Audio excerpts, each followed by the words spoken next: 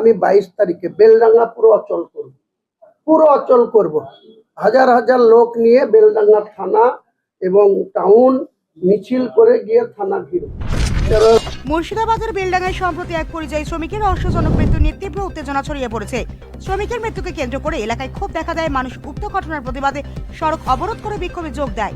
সময়ের সাথে পুলিশ পরিস্থিতি নিয়ন্ত্রণে ঢুকে পড়ে এবং বেশ কয়েকজন মুসলিম যুবককে গ্রেপ্তার করে। এই গ্রেপ্তারির কারণে নতুন রাজনৈতিক উত্তাপ সৃষ্টি হয়েছে।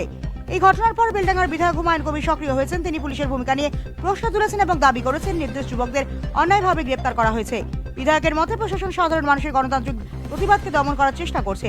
তিনি স্পষ্ট ভাষায় পুলিশের বিরুদ্ধে ক্ষোভ প্রকাশ করেছেন এবং জানান গ্রেপ্তার হওয়া যুবকদের মুক্তি না দিলে তিনি বৃহত্তর আন্দোলনের দিকে যাবেন।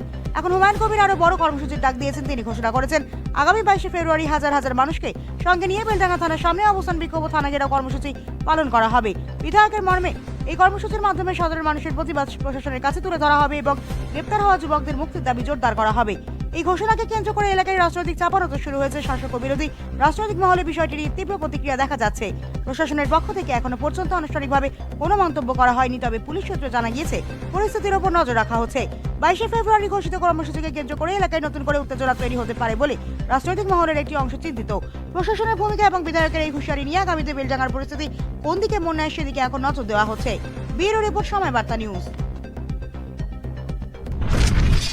আমি 22 তারিখে বেলডাঙ্গা পুরো অচল করব। হাজার হাজার লোক নিয়ে বেলডাঙ্গা থানা এবং টাউন মিছিল করে গিয়ে থানা ঘিরব। বেচারারা আজকে তো কোনো কর্মসংস্থানের ব্যবস্থাই নেই।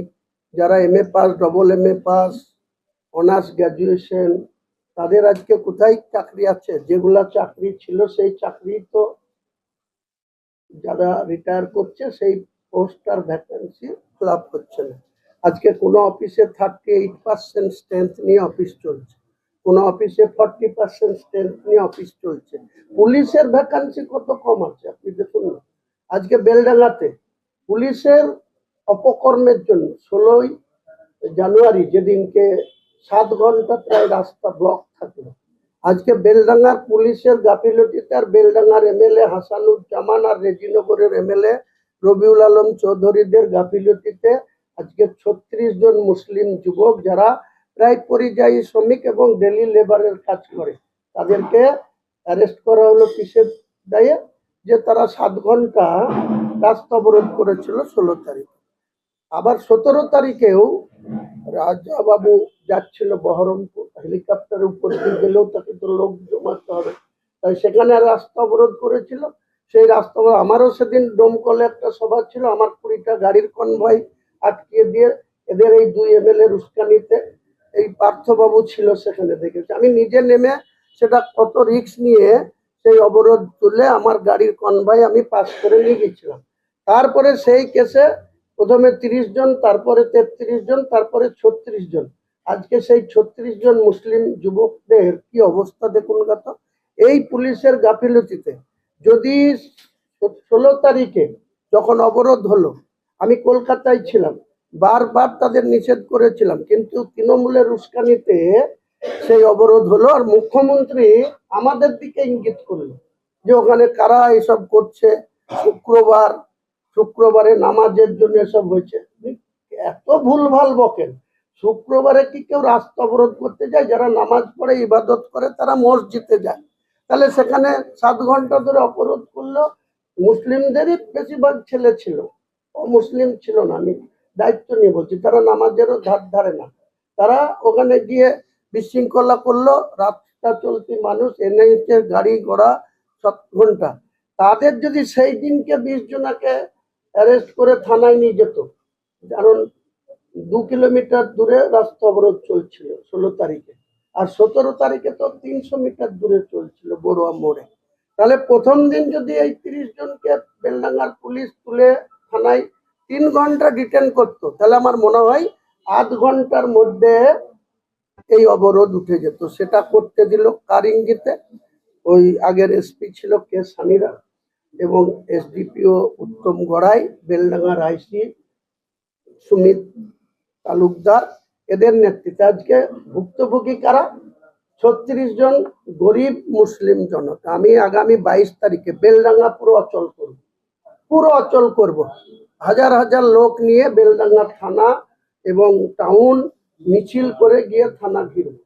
কেন তাদেরকে যে ধারাতে অ্যারেস্ট করা হলো, তারপরে তাদের গাফিলতির জন্য আজকে কেন এই 36 জন মুসলমান ছেলে সাপারার হবে, তাদের ইউপিএ ধারাতে কনভার্ট করে দেওয়া হয়েছে। তাদের জামিন কবে হবে, তাদের সংসার কি করে চলবে? আজকে তৃণমূল চালাকি পেয়েছে, সরকারে থাকবে, তাদের পুলিশ প্রশাসনের গাফিলতিতে এইভাবে একটা সম্প্রদায়ের গরিব মানুষকে অন্য ধারাতে ঢুকিয়ে দিয়ে তাদের সংসার নষ্ট করবে। আমরা এটা চুপচাপ মেনে নেব না। 22 তারিখ রবিবার রোজা করে থাকবো, 3টের সময় বেলডাঙ্গায় জমায়েত করব হাজার হাজার লোক এবং গোটা বেলডাঙ্গাতে মিছিল করে থানা ঘিরব। থানা ঘিরে থানাকে বলবো এই মামলা এনআইএ হওয়ার জন্য দায়ী সম্পূর্ণ রাজ্যের পুলিশ বা বহরমপুরের মানে পুলিশ পিডির এসপি এবং তার আন্ডারে থাকা এসডিপিও বেলডাঙ্গা এবং আইসি বেলডাঙ্গা। কেন সাপারার হবে এরা? যদি আইন ভাঙলো তারা, আপনারা কি করছিলেন 16 তারিখে? কেন 7 ঘন্টা ধরে রাস্তা অবরোধ থাকলো? কেন সেদিন আপনারা এটাকে আধ ঘন্টার মধ্যে তুলে দিলেন না? কেন তুলে দিলেন না? এমনকি 17 তারিখে যখন হচ্ছে তিনারা বগলে হাত দিয়ে দাঁড়িয়ে আছেন আইসি এসডিপিওরা, আমাদেরকে নেমে সেখানে ক্লিয়ার করতে হয়েছে। আর মুখ্যমন্ত্রী স্টেটমেন্ট করছে যে এর পিছনে কারা আছে। একটা মুখ্যমন্ত্রী তার এই ধরনের কথা বলা চলে? তিনি পুলিশ মন্ত্রী, তিনি মুখ্যমন্ত্রী, তিনি কোনো ভালো করে খবর নেবেন না? বুধর ঘাড়ের বোঝা বুধর ঘাড়ে চাপিয়ে দিয়ে তিনি মনে করছেন আমি বাংলার মুখ্যমন্ত্রী, এই চিরদিন থাকবে।